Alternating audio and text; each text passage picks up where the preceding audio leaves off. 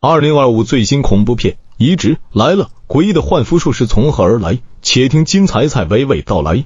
话说老张是一名杰出的科学家，由于在单位上得罪了领导，他一气之下回到家里搞起了实验室。他们家从祖上起就有胎记在每一代后人中遗传，而老张现在要做的事情就是想把这块影响脸部美观的胎记去除。他想到的办法就是换皮肤，经过无数次的模拟测试，他觉得这次一定能成功，于是就拿起自己脸部的胎记皮肤做实验。先是把那块胎记的皮肤割下，然后换上注入了融合剂的皮肤。神奇的一幕发生了，新皮肤逐渐和老张的皮肉融为一体。可是意外却出现，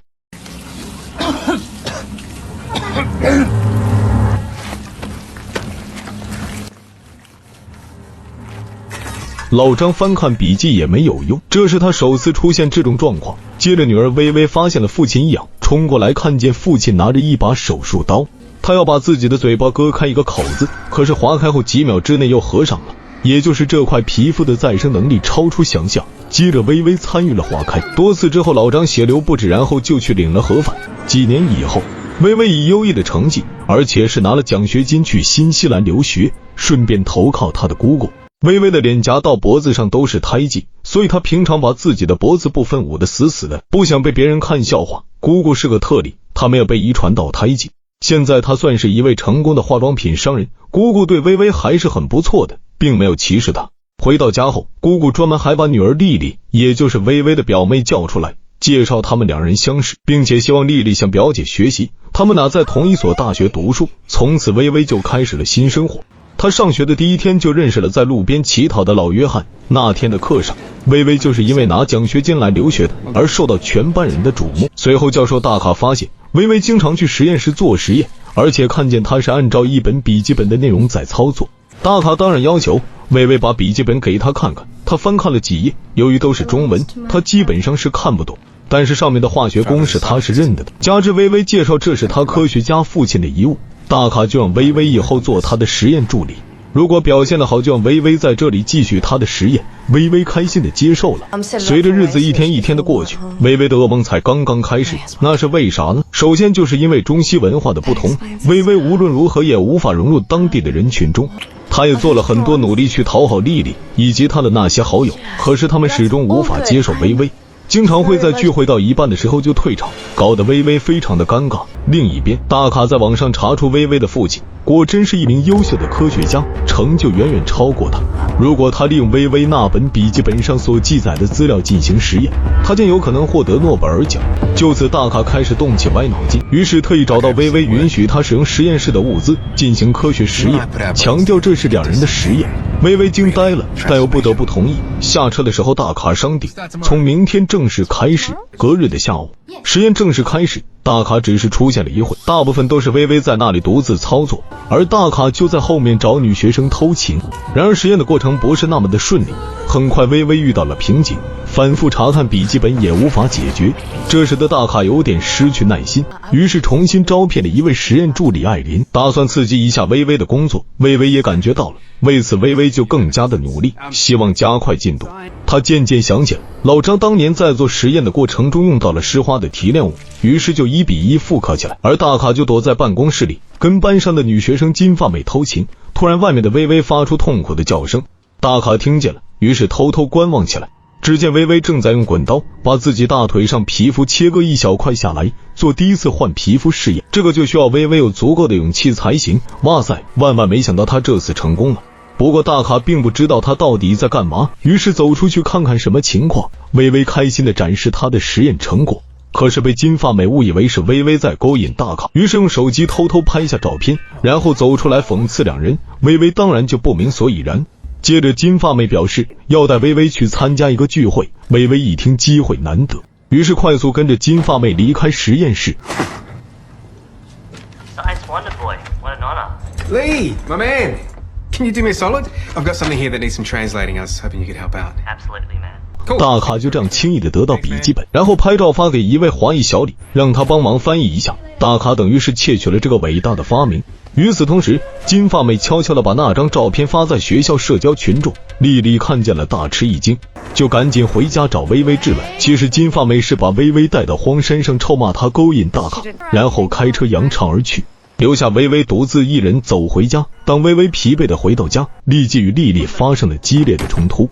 薇薇感觉丽丽像是要掐死自己，于是在情急之下，用一只筷子插进了丽丽的右眼，贯穿至大脑里，当场丽丽就去领了盒饭。这下薇薇慌神了，地上丽丽的手机不停地有姑姑打进来，薇薇不敢接啊。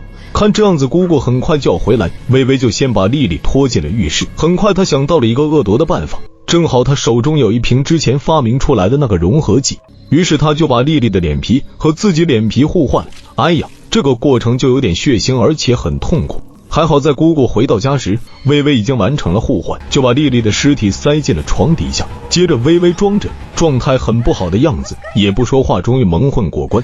从此薇薇开始学习丽丽的讲话风格，还好姑姑经常要出差，一时也没有察觉，她就以丽丽的身份去上学。同学们觉得丽丽有点怪异，但是也没有多想，男友杰克竟然也没有发觉。然而杰克隔日就来找她，这让薇薇大为惊惧，生怕她被杰克发现，但又不能不去。这次约会却发生了意外，毕竟脸部的皮肤不是原生的，加上薇薇接吻太激动，导致脸部的皮肤脱落了。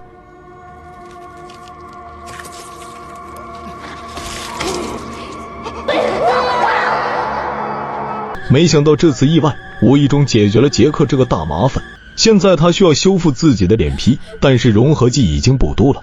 这时他才想起了那个最为重要的笔记本，他要继续制造出融合剂才能维持脸皮不再脱落，于是不停地跟大卡打电话。然而这个家伙就是不接听，因为他正在加紧吸收笔记本里的知识，而且他发现那个关键点就是诗花，于是来到植物园，偷偷搞到诗花的一块大样本。迫于无奈，薇薇来到了实验室，到处寻找那本笔记本。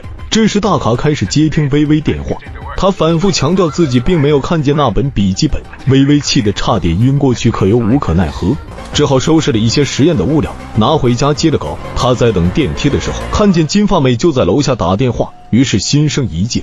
随后薇薇把金发妹骗回家，说有东西要送给她，然后把大门反锁，突然对金发妹发动攻击。一番追杀之后，金发妹躲进泳池。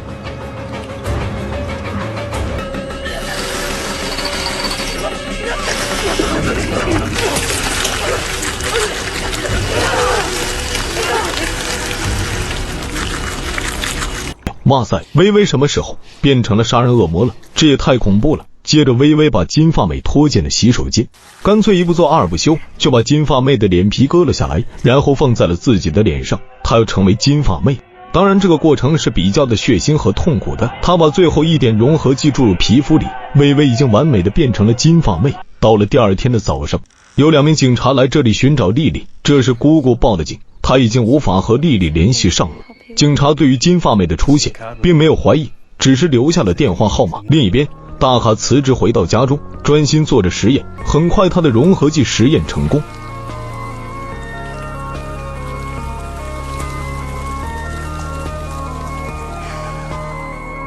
他兴奋地给金发妹打电话，他哪里会知道金发妹已经被薇薇取代了。薇薇兴奋地赶到大卡的家中，大卡就准备了酒水，打算好好庆祝一把。这时有人打电话找他，薇薇估计融合剂就放在酒柜的下面，于是趁机打开一看，果真是这样的。于是他拿走藏在身上，就找借口说自己头痛，然后跟大卡吻别后离开。几秒之后，大卡觉得有点不对劲，于是就去把盒子打开一看，融合剂都被金发妹拿走了，但是笔记本还在，这让大卡觉得万幸啊。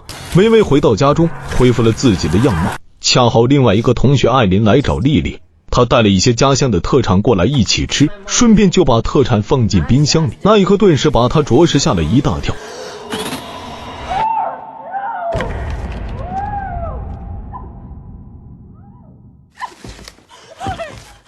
哇塞，这个薇薇已经是见人就杀的节奏啊！很快艾琳就被薇薇闷死。不久薇薇打电话把大卡骗了过来，意思是金发妹在他这里。大卡如期而至，他最担心的是金发妹拿走那个融合剂。这时的薇薇已经极度疯狂，轻声地告诉大卡金发妹就在冰箱里。大卡觉得有点不可思议，但还是打开了冰箱的门，这下彻底把他吓尿，里面都是金发妹的残肢和模糊的头颅。这次大卡也中招了，大卡不停地哀求微微，可是为时已晚。不久，大卡被折磨得不成人形了，就像当初的老张那样，嘴巴被融合剂封闭了。微微只留了一根吸管插进去，好让大卡还能呼吸。就在这时，隔壁的邻居听见动静跑了进来，他看见了这一幕，简直吓坏了，转身跑回去打电话报警。很快警笛声响起，微微拿着融合剂跑了出来，可惜半路上被警察发现，于是警察就在后面狂追。他想起了地下通道的乞丐约翰，于是跑过去躲进约翰的那个巨大的烂衣服里，然而他在匆忙之间压碎了融合剂。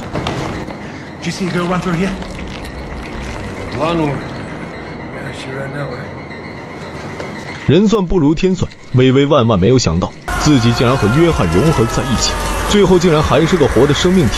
那么这个生命体究竟是谁，已经无法分辨出来，这也太惨了吧。影片到此基本结束，我认为本片拍摄的还行，满分5星我给打分3星半。虽然里面换脸的桥段用过多次，但是这次的内核有些不一样，是能够说得通的。但是黄种人的身材又是如何改变成白种人的，原片解释不了，好像也不打算解释。